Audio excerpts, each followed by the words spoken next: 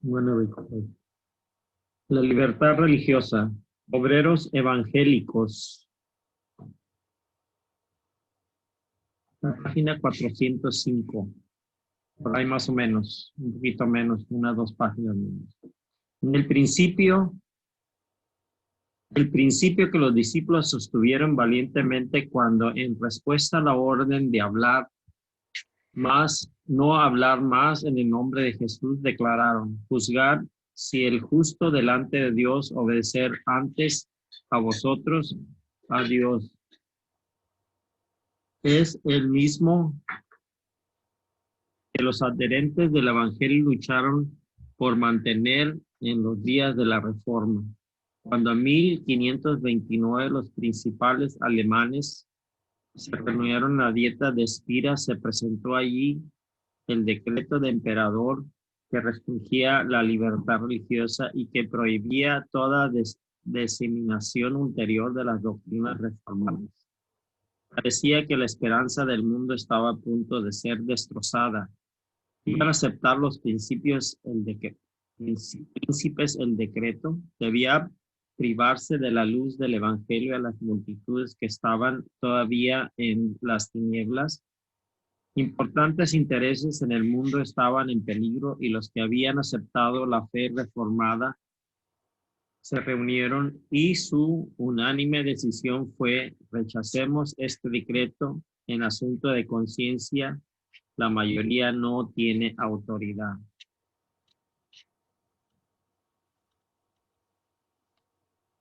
En nuestros días debemos sostener firmemente este principio: el estandarte de la verdad y la libertad religiosa sostenido en alto por los fundadores de la Iglesia evangélica y por los testigos de Dios durante siglos desde entonces han pasado. Ha sido confiado en nuestras manos para este último conflicto. La responsabilidad de este gran don descansa sobre aquellos quienes Dios ha bendecido con un conocimiento de su palabra. Hemos de recibir esta palabra como autoridad suprema. Hemos de reconocer los gobiernos humanos como instituciones ordenadas por Dios mismo y enseñar la obediencia a ellos como un deber sagrado, dentro de su legítima esfera. Pero cuando sus demandas estén en pugna con las de Dios, hemos de obedecer a Dios antes que a los hombres. La palabra de Dios debe ser reconocida sobre toda otra legislación humana. Un así dice Jehová no ha de ser puesto a un lado.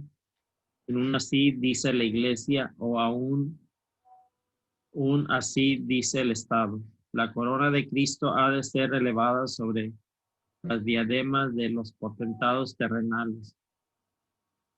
Obreros Evangélicos 404.2. No se nos pide que desafiemos las autoridades. Nuestras palabras, sean habladas o escritas, deben ser consideradas cuidadosamente.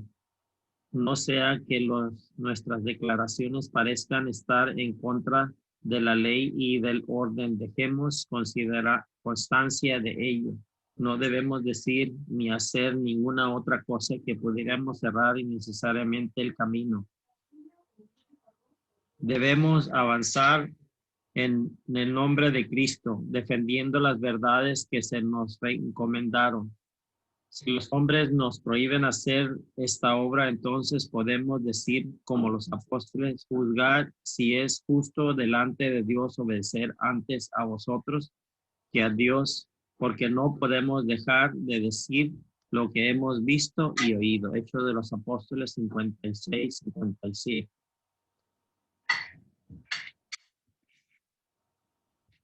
Nuestra actitud frente a la política.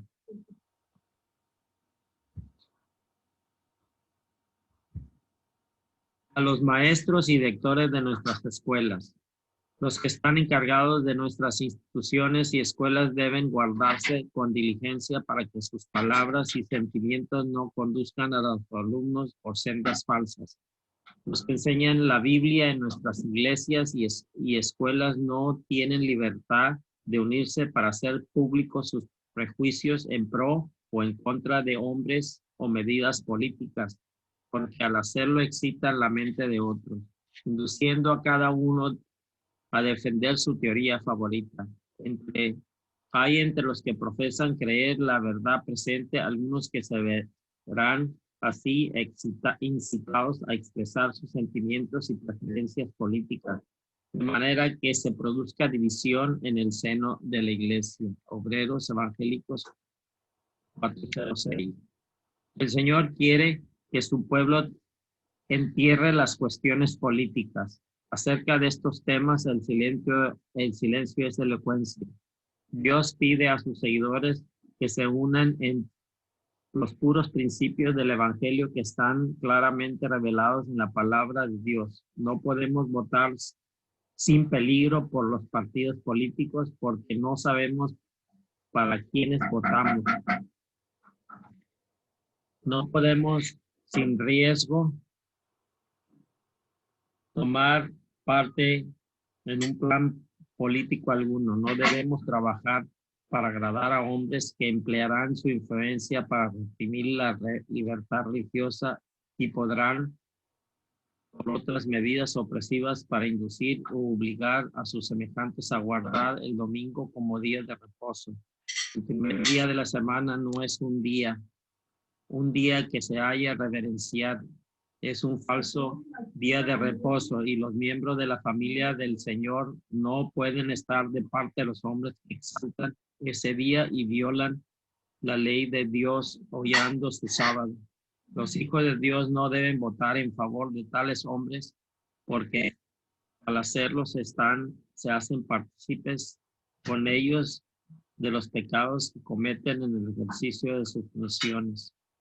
No debemos comprometer los principios cediendo a las opiniones y prejuicios que han albergado antes de unirnos con el pueblo que guardar los mandamientos de Dios. No hemos enlistado en el ejército del Señor y no debemos pelear en el bando del enemigo, sino al lado de Cristo, donde podemos formar un conjunto unido en sentimiento, en oración, en espíritu y camaradería. Los que son verdaderamente cristianos serán sarmiento de la vid verdadera y llevarán el mismo fruto que la vid. Obrarán en armonía, en compañerismo cristiano. No llevarán distintivos políticos, sino el distintivo de Cristo. ¿Qué hemos de hacer, pues? Dejar a un lado las cuestiones políticas. No os juntéis en yugo con los infieles, porque ¿qué compañía tiene la justicia con la injusticia? ¿Y qué comunión la luz con las tinieblas? ¿Y qué concordia Cristo con Belial? ¿O qué parte del fiel, el fiel con el infiel? ¿Qué pueden tener en común tales partes? No puedes haber entre ellas compañerismo ni comunión. La palabra comunión significa participación, sociedad. Dios emplea las figuras más fuertes para mostrar que no debe haber unión entre los partidos mundanos y los que buscan la justicia de Cristo. ¿Qué comunión puede haber entre la luz y las tinieblas, la verdad y la injusticia? Ninguna. La luz representa la justicia, las tinieblas la injusticia. Los cristianos de las tinieblas a la luz se han revestido de Cristo, llevan el distintivo de la verdad y la obediencia, son gobernados por los elevados y santos principios que Cristo expresó en su vida. Los que enseñan en la iglesia o en la escuela se distinguen por su celo en la política, deben ser destituidos sin demora de su trabajo y responsabilidades, porque el Señor no cooperará con ellos. No debe emplearse el diezmo para pagarle a nadie para prerrogar sobre las cuestiones políticas. Cada maestro, predicador o dirigente de nuestras filas que se sienta incitado por un deseo de ventilar sus opiniones sobre cuestiones políticas debe ser convertido en por una creencia en la verdad o renunciar a su trabajo. debe ejercer una influencia como colaborador de Dios para ganar almas para Cristo, o se le quitarán las credenciales. Si no cambia, causará daño y únicamente daño. Separados. Invito a mis hermanos designados por la obra de educar a que cambien su conducta. Es un error de vuestra parte unir vuestros intereses con algún partido político para echar vuestro voto en su favor. Tanto los que ocupan el puesto de educadores como ministros, como colaboradores de Dios en cualquier ramo, no tienen batallas que reñir en el mundo político. Su ciudadanía está en los cielos. El Señor les pide que sean un pueblo separado y peculiar. El que no quiere que haya cismas en el cuerpo de creyentes, su pueblo ha de poseer los elementos de reconciliación. ¿Consiste su obra en criar enemigos en el mundo político? No, no. Han de ocupar la posición de súbditos del reino de Cristo, enarbolando el estandarte en el que está escrito los mandamientos de Dios y la fe de Jesús. Han de llevar la carga de una obra, un mensaje especial. Tenemos una responsabilidad personal y esta ha de revelarse ante el universo celestial, ante los ángeles y ante los hombres. Dios nos invita a ensanchar nuestra influencia mezclándola con la sociedad, uniéndose a los hombres en cuestiones políticas, sin ocupando la posición de parte individuales de su gran conjunto, con Cristo como cabeza nuestra. Cristo es nuestro príncipe y como súbditos suyos hemos de hacer la obra que Dios nos ha señalado. Puede formularse la pregunta, ¿no hemos de tener ninguna unión con el mundo? La palabra del Señor ha de ser nuestra guía. Cualquier conexión con los infieles o incrédulos que nos identifica con ellos está prohibida por la palabra. Hemos de salir de entre ellos y estar separados. En un caso hemos de unirnos con ellos en sus planes de trabajo, pero no hemos de vivir una vida de reclusión. Debemos hacerlos a los mundanos el bien, debemos hacer a los mundanos todo el bien que esté a nuestro alcance. Cristo nos dio un ejemplo de ello.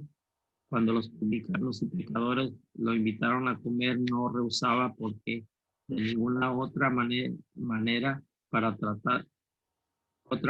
que tratándose con ellos podía alcanzar esa clase, pero en otra ocasión los presentaba temas de conversación que traían su atención a cosas de interés eternos. A él le recomienda: así vislumbre vuestra luz delante de los hombres para que vean vuestras buenas obras, glorifiquen a nuestro Padre que está en los cielos. Acerca de la cuestión de temperancia, mantener vuestra posición sin vacilar, sed tan firmes como una roca, no participéis de los pecados de otros hombres. Hay una gran viña que cultivar, pero mientras los creyentes trabajen entre los incrédulos, no han de aparecer mundanos, no han de pasar su tiempo hablando de política ni desempeñando parte en ella, porque al hacerlo darían al enemigo oportunidad de penetrar y causar divergencia y discordia. Deben quitarse las credenciales a los miembros del ministerio que deseen destacarse como políticos, porque ellos no ha dado otra obra ni a los encumbrados ni a los humildes de su pueblo. Dios pide a todos los que ministran en palabra y doctrina que den un sonido seguro a la trompeta. Todos los que han recibido a Cristo, ministros, miembros, laicos, deben levantarse y resplandecer, porque nos está sobrecoger un gran peligro. Satanás está excitando las potencias de la tierra. Todo este mundo está en confusión. Dios pide a su pueblo que mantenga en alto el estandarte que lleva El mensaje del tercer ángel. Los hijos de Dios han de separarse de la política. Cualquier alianza con los incrédulos. No deben unir sus intereses con los del mundo. Dar pruebas de vuestra fidelidad. Él dice, revelándose como mi heredad escogida, como pueblo celoso de buenas obras. No toméis parte de las luchas políticas, separados del mundo. Evitad de introducir en la iglesia o la escuela ideas que conducirán a la contención y desorden, la disensión en el veneno moral introducido en el sistema por los seres egoístas, humanos egoístas. Quiere que sus siervos tengan percepciones claras y una dignidad verdadera y noble para que su influencia demuestre el poder de la verdad. La vida cristiana no ha de ser una vida azorosa de emociones. La verdadera influencia cristiana ejerce para ejecución de la obra que Dios señaló. Es un agente precioso. No debe unirse con la política ni formar confederaciones con los incrédulos. Dios ha de ser el centro de atracción. Cada mente que sea regida por el Espíritu Santo estará satisfecho con él. Ninguno de nosotros vive para sí. Recuerden los que estén tentados a tomar parte en la política o en todo paso que den, tiene influencia sobre otros. Cuando los predicadores u otras personas que ocupan posiciones de responsabilidad hacen observaciones acerca de estos asuntos, no pueden recoger los pensamientos que implantaron en las mentes humanas. Bajo la tentación de Satanás pusieron en obra un juego de circunstancias que produciría resultados que ni puede soñar. Una palabra, un pensamiento echado en las mentes del gran concurso de la humanidad, si lleva el apoyo celestial, producirá una cosecha de fruto precioso. Pero si es inspirado por Satanás, hará brotar la raíz de amargura por la cual muchos serán contaminados. Por lo tanto, guárdense de los dispensadores de gracia de Dios ocupados en cualquier ramo de servicio. Tengan cuidado de la forma en que mezclan lo común con lo sagrado.